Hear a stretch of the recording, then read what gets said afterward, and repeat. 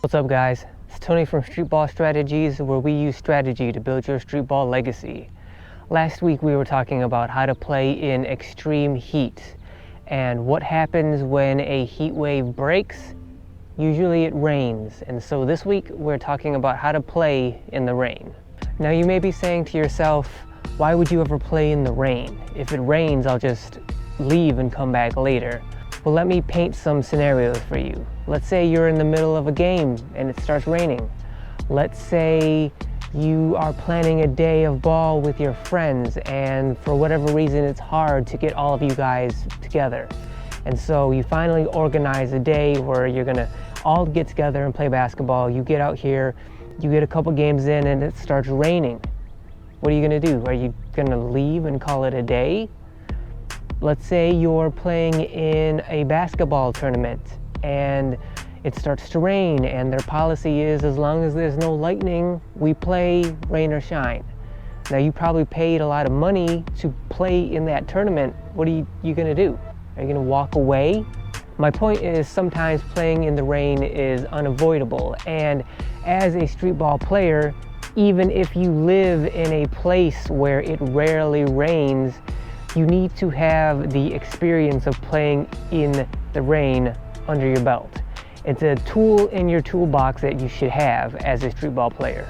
And the thing about rain is that it's an equalizer. It affects everyone in the same way, regardless if you're tall or short, or you're fast or slow. Regardless, it affects everybody on the court the exact same way. And what happens is, because of that, rain requires you to plan ahead much more than you would under normal weather conditions, and the game becomes much more of a game of chess than the usual game that casual streetball players have of playing checkers out here. So let's break this down offensively and defensively. Honestly, when it comes to offense, you are going to be affected by the rain more than you will be defensively. So let's talk about footwork and movement to start with. When we're talking about rain, when we're talking about being wet, what happens with rain and wetness is that it takes away, it decreases surface tension. So it decreases surface tension in your hands, on the ball, on the court, on the rims, on the backboard. Surface tension is reduced noticeably when things get wet. What that means for you in terms of movement and footwork is that because of the reduction in surface tension, everything is going to be slippery. When everything is slippery, that means it may not affect your acceleration quite as much. There will be a noticeable compensation that you're gonna have to make when you accelerate in terms of movement.